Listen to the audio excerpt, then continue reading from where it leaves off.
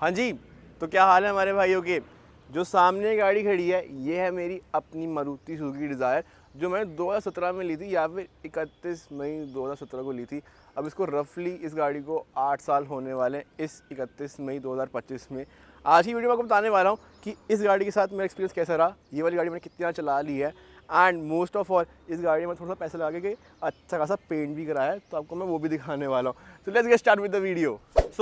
जब 2017 में ये वाली गाड़ी लॉन्च हुई थी तो मेरी गाड़ी दिल्ली की कुछ पहली 100 गाड़ियों में से एक थी, एंड ये इकलौता LXi वाला वेरिएंट आया था।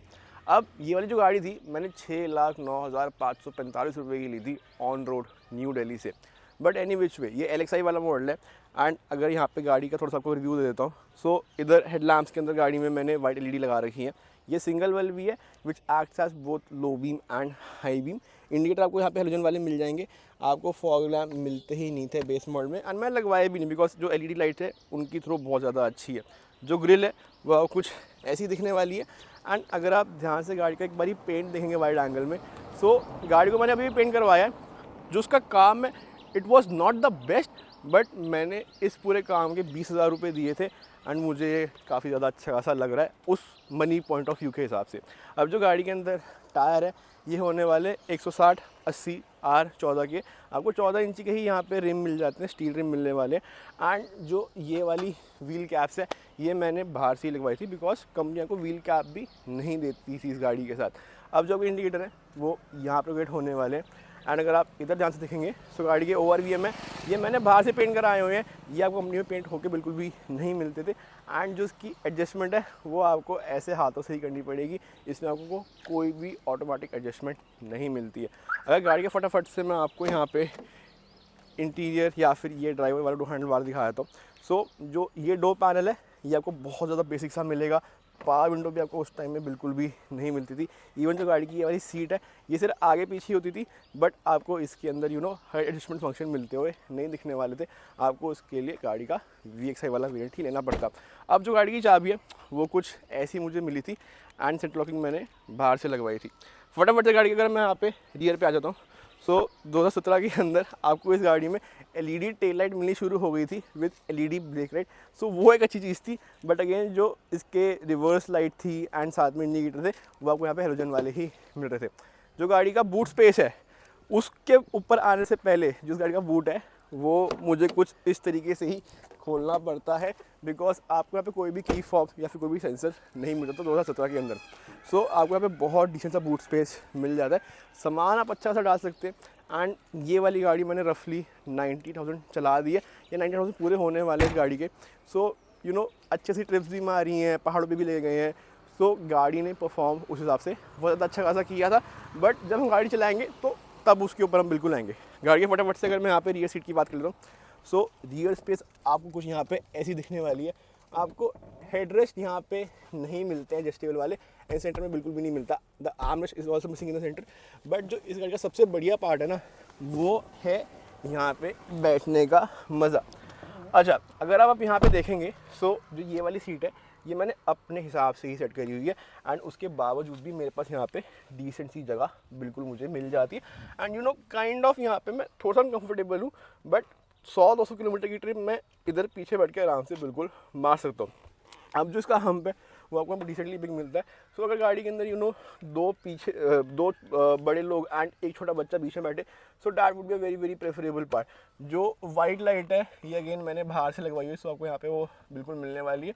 बट अगर आप इसका बेस मॉडल है 2017 के अंदर तो आपको यहाँ पे येलो लाइटिंग मिलती है। फटाफट से अगर आपको गाड़ी का यहाँ पे मैं ड्राइवर सीट दिखा देता हूँ या फिर आपको एक कॉकपिट एरिया का व्यू दे देता हूँ। सो जो कॉकपिट एरिया है वो कुछ ऐसा दिखने वाला है। एंड अगेन जो ये वाला स्टीयरिंग व्हील भी है ये भी बहुत ज़्यादा बेसिक सा है अगेन। एंड जो गाड़ी आप स्टार्ट करते हैं वो आप ऐसे क्लच दबा के करते हैं। एंड अगर मैं स्टीयरिंग व्हील की यहाँ पे बात करता हूँ, सो इसके अंदर यहाँ पे मैंने स्टीयरिंग व्हील कवर लगवा रखा है, बट अदर देन डैट यहाँ पे कोई बटन नहीं मिलेंगे। स्टीरियो मैंने बाहर से लगवाया हुआ है, एंड जो उसका कैमरा सिस्टम है वो भी आपको यहाँ पे बहुत बेसिक सा मिलने वाला है। जो इस स्टीयरिंग व्हील की एडजस्टेबिलिटी है उसमें आपको रे मिल जाएगा, but the reach is gonna be missing over here. But ठीक है, 6 लाख रुपये के हिसाब से ना I think this was one of the most value for money deal at that point of time. आज के ज़माने में आपको 6 लाख में सिर्फ वैगनर मिलेगी, आपको इतनी बड़ी गाड़ी बिल्कुल भी नहीं मिलती दिखेगी। किसी भी मैन्युफैक्चरर की तरफ से। अच्छा, जो इस गाड़ी की ये वाली MID है, ये भी आपको यहाँ पे बहुत ज़्यादा बेसिक सी ही मिलती है। एंड आपको यहाँ पे बस एक स्पीडोमीटर मिलेगा एंड आपको बेसिक ट्रिप पे, trip B, distance to empty, गाड़ी की एवरेज क्या है, वो सब चीज़ें ही यहाँ पे देखने को मिलेगी। इवन जो गाड़ी का ये वाला IR VNB है, यहाँ पे कोई डिमिंग ही नहीं मिलती थी उस समय के अंदर, एंड मैंने लगवाई भी बिकॉज मुझे कभी ज़रूरत पड़ी ही नहीं। बट हाँ, अगर आप रात को गाड़ी चलाएंगे सो थोड़ा बहुत आपको यहाँ पे बिल्कुल दिक्कत आने वाली है।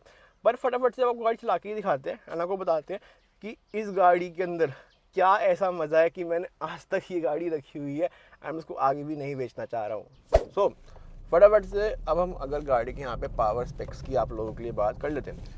तो 2017 के अंदर आपको इस गाड़ी के अंदर 1.2 लीटर की 4 सिलेंडर वाली मोटर मिलती थी, जो प्रोड्यूस करती थी 88 bhp एंड रफली 113 Nm का टॉर्क। अब अगर आप आज के ज़माने में नई वाली डिज़ायर लेने जाएंगे सो पहली बात तो ये वहाँ से एक सिलेंडर अब आपको कम मिलता हुआ दिखेगा, एंड जो इस गाड़ी में रिफाइनमेंट है ना इस इंजन के साथ, वो आपको अब नई वाली डिज़ायर में नहीं मिलने वाली है। एक कमी ये है। अब इस गाड़ी का असली मज़ा इसलिए आता है क्योंकि इसका जो क्लच है वो बहुत ज़्यादा लाइट है, गियर बॉक्स है वो बहुत ज़्यादा अच्छा है। एक चीज़ ये है कि अगर आप गाड़ी का स्टीयरिंग व्हील से अच्छा खासा रिस्पॉन्स चाहते हैं तो ये गाड़ी आप लोगों के लिए नहीं बनी है, बिकॉज स्टीयरिंग व्हील का जो रिस्पॉन्स है ये ऐसे बीच में आपको मिसिंग मिलता हुआ बिल्कुल दिखता है। जो इस गाड़ी की ब्रेक है, it is not the best in the segment.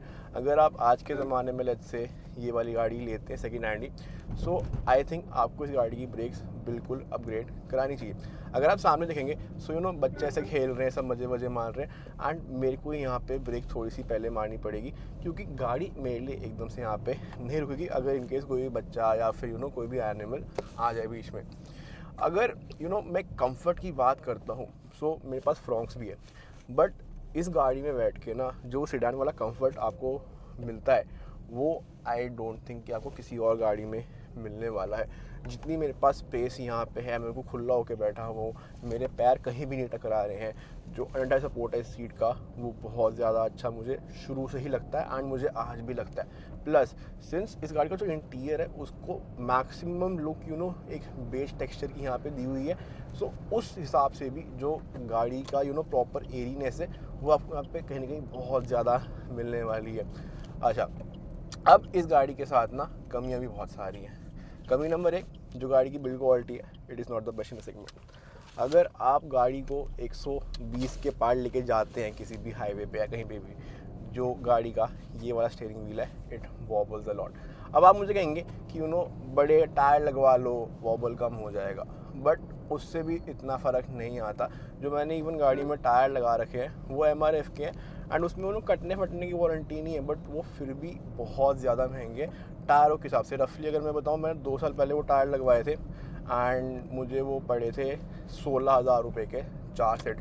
सो बहुत ज़्यादा मुझे महंगे उस हिसाब से पड़े थे एंड मुझे 12-13 हज़ार या 14,000 के अंदर ही वारंटी वाले कटने फटने की जो वारंटी आती है वो वाले टायर मुझे बिल्कुल मिले थे। बट मैंने ये वाला टायर से चूज़ करे बिकॉज इनकी ग्रिप ज़्यादा अच्छी थी एंड ये पकड़ बना के अच्छी खासी चलते थे।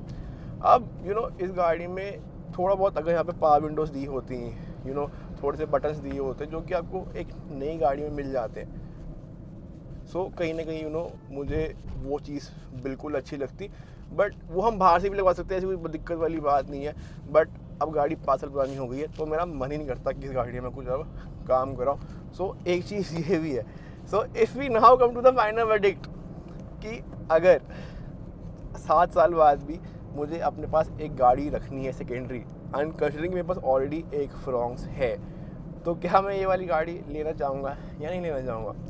To be honest, Dzire sedan का मैं शुरू से ही फ़ैन हूँ एंड ये मेरी पहली डिज़ायर नहीं है। इससे पहले मेरे पास जनरेशन 1 वाली डिज़ायर भी थी एंड उसके साथ भी मुझे काफ़ी ज़्यादा मज़ा आता था बिकॉज सेडान में ना आपको एक बहुत जगह मिल जाती है, फैमिली भी खुश रहती है एंड आप काफ़ी सारा सामान डाल के कहीं भी जा सकते हो एंड आपको कंफर्टेबल राइड भी बिल्कुल मिल जाती है। इवन 7-8 साल बाद भी जो इस गाड़ी का इंजन है वो बहुत ज़्यादा रिफाइंड है एंड मुझे जब भी पिकअप चाहिए होती है ना वो मुझे अच्छी खासी यहाँ पे मिल जाती है। सो अगर आपको यहाँ पे मैं एक स्ट्रेच करके दिखाऊँ, सो 3rd गियर पे हूँ and I am already doing 70 over here.